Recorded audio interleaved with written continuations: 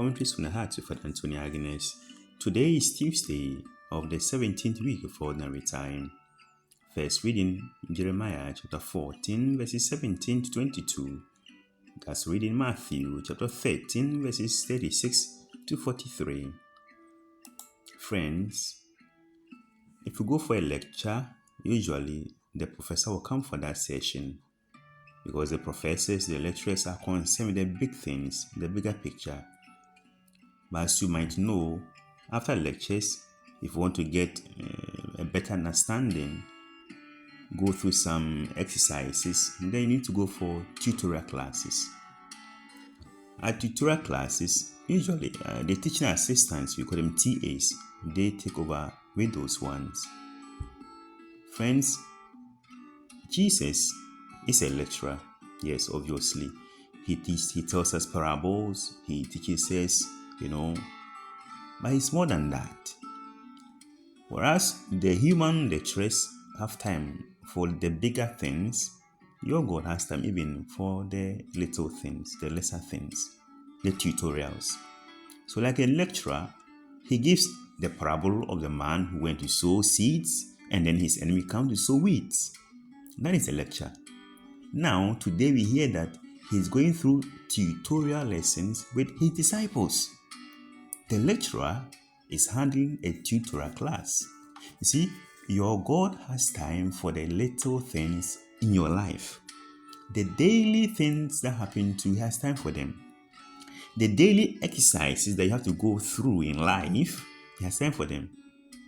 He is not concerned only with the bigger things that will come your way, also the little things that come your way. That is why he is more than a lecturer. If you have this God as your lecturer, as your teacher, you are sure that he will handle every challenge that comes your way because he has time.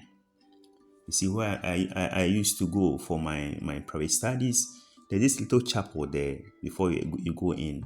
And the chapel is called the Chapel of Jesus the Teacher. Yes, Jesus the Teacher.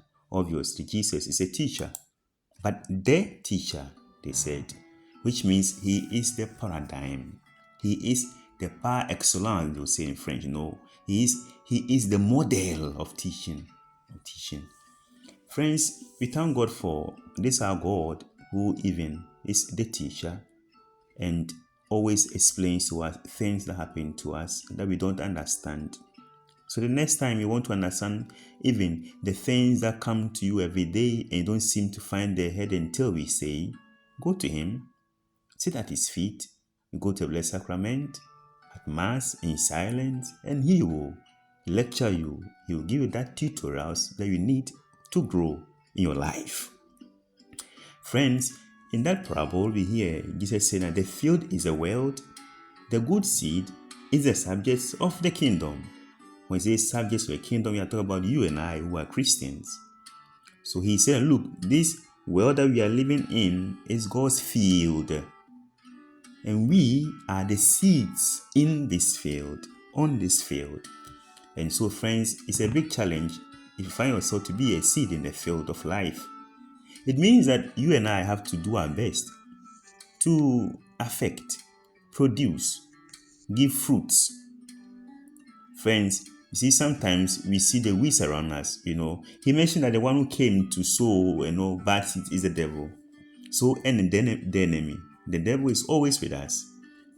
Daily we hear attacks on Christianity, attacks on the Catholic Church, And sometimes we get worried, yes.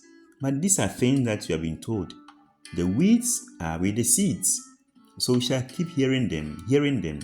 But what we should know is that, friends, we can't hear an attack on Christianity, an attack on the Catholic Church, an attack on your faith, and then you read it as a newspaper headline. No. If you do that, you have missed the point. Because Jesus reminds us today that, look, it is from the devil one. So it means that these are spiritually oriented. So the next time you see attack on your faith, don't read it as a newspaper headline, a social media headline. Go on your knees and pray.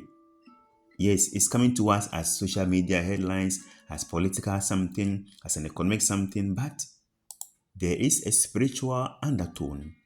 It's a fight in the spiritual life. So, after you have heard it, go and say a prayer against that. Because you want that seed in this field, on this field. And you must compete, because the seeds and the weeds are competing for the same nutrients, the same soil. And you can only compete when you pray against such things, when you hear them and when you see them.